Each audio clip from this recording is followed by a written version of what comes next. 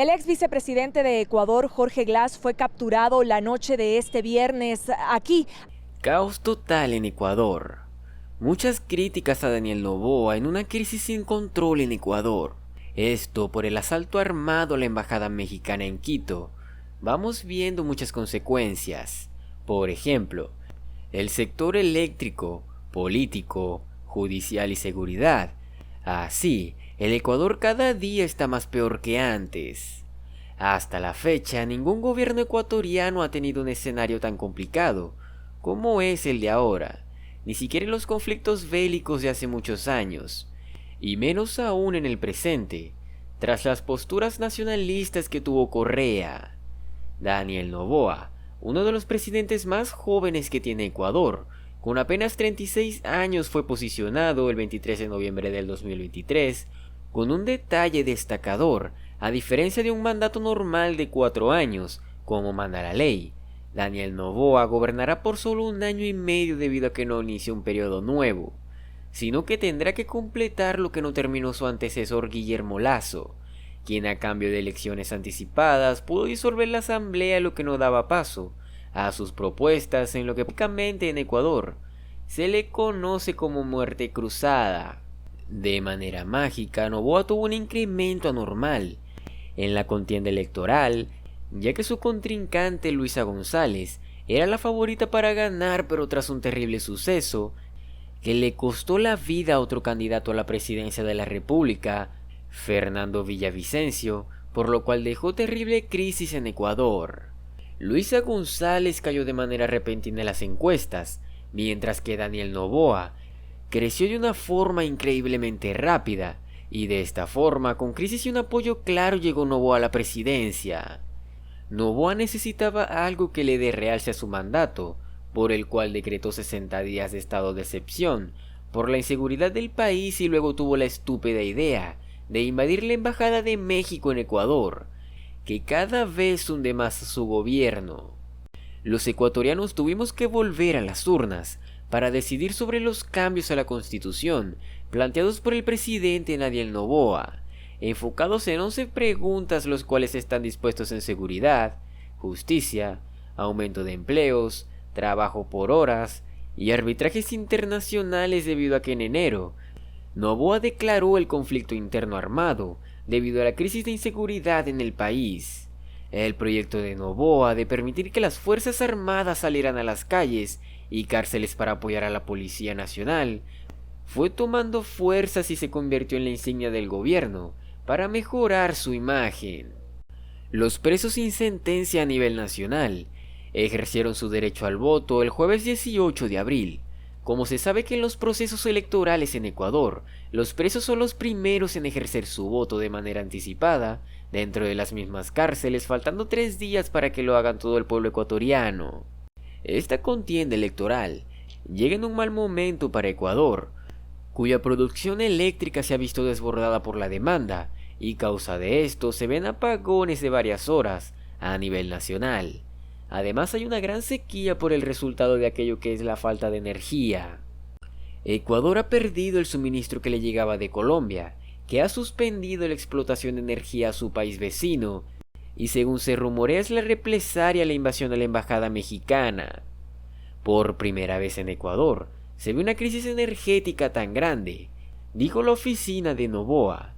Destaca la mala situación de las hidroeléctricas de Masa y de Paute en la cordillera de los Andes, y cuyo nivel de almacenamiento es del 0% y del 4% sucesivamente.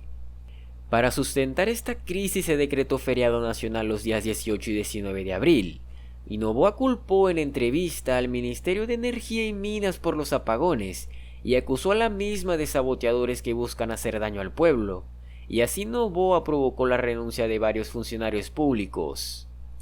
Para colmo, la crisis de inseguridad continúa. Alcaldes, policías, fiscales y ciudadanos son víctimas de organizaciones criminales. Desde el pasado 8 de enero, Ecuador se encuentra en un conflicto armado interno que declaró Noboa 22 armas de crímenes organizados, a los que el gobierno pasó a declarar como actores beligerantes no estatales, Esto después de muchos y violentos motines en cárceles, de la fuga de Adolfo Macías alias Fito, también de la toma de rehenes en un canal en vivo. Aunque sea difícil, se cree que fue con fines políticos. Incluso hay noticias que indican que fue un montaje para respaldar las acciones de Noboa. Muchos de estos grupos se dedican principalmente al tráfico de estupefacientes, pero también expandieron sus actividades ilícitas a otros campos, como la minería ilegal. Debido a esta ola de violencia, Ecuador está en los grupos de los países más peligrosos de Latinoamérica, con una increíble cifra de 45 por cada 100.000 habitantes. La crisis de seguridad es el principal argumento del gobierno ecuatoriano para defender la reforma de propuestas en el referendo.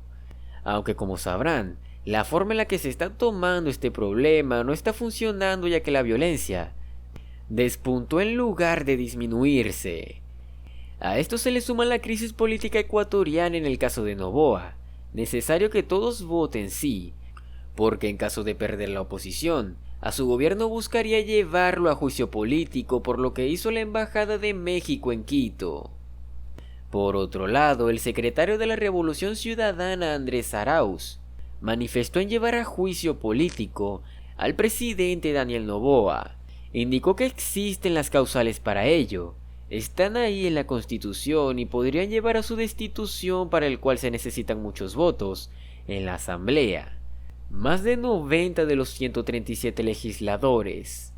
Se le puede juzgar también por violar el artículo 353 del Código Penal, inciso 3, a que por fortuna no llegó a las armas, si provocó una crisis internacional, que ya no saben cómo salir.